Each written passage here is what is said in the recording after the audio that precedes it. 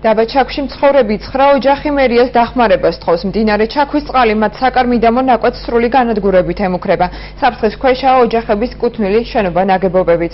სულხან მესხიძე გაეცნო დღეს ადგილზე მდგომარეობას, უფრო ცალ მისი რეპორტაჟიდან შეიტყობთ.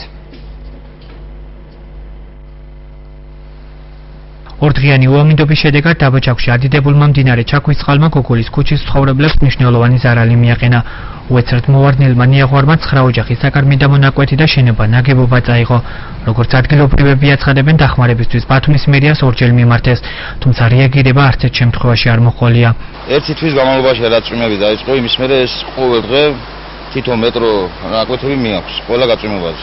დაპირებები არის ახლა როგორც ასე, მაგრამ შეჯერობით ყოველ დღე მეშინია და სანამ რომდე არ წავა ეს სახლი, ეს დაპირება ჰაერშია ყველაფერი. ერთი თვეა მერიას მიმართე მე და მერიამ არაფერი დღეხვალ და არჩევნები მოაწია და მე მცირეწლოვანი ბავშვები ვიყავ.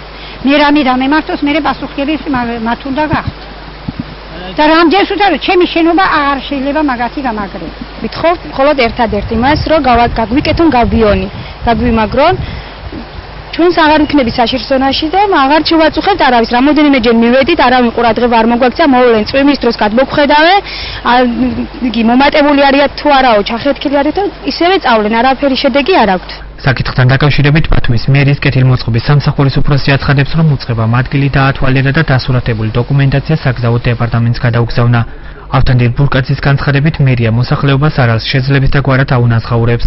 ყველაფერი გადავეცით საგზაო დეპარტამენტს და ნაპირგამაგრებით სამუშაოებზე ესენი მუშაობენ და ალბათ უახლოეს ხანში დაიწყებენ. ზუსტად ვერ გეტყვით, იმიტომ რომ ჩვენ ამ მოცულობის სამუშაოს ნამდვილად ვერ შევასრულებთ. მიმდინარეობს ახლა კიდევ დაიწყება შესწავლა ამ ზარალის და ნახოთ, რაც ჩვენზე იქნება დამოკიდებული და ისი დახმარებასაც შევძლებ, ჩვენ ყველანაირად დაუდგებით გვერდით. აჭარის საავტომობილო გზების დეპარტამენტში აცხადებენ, რომ უწყების თანამშრომლები ნოემბრის თვეში გეგმიურ მონიტორინგს განახორციელებს. სურაბ სიხარულძის განმარტებით სპეციალისტები პრობლემას ადგილზე შეისწავლიან და სამუშაოებისთვის შესაბამისი თანხები 2014 წლის ბიუჯეტში აისახება.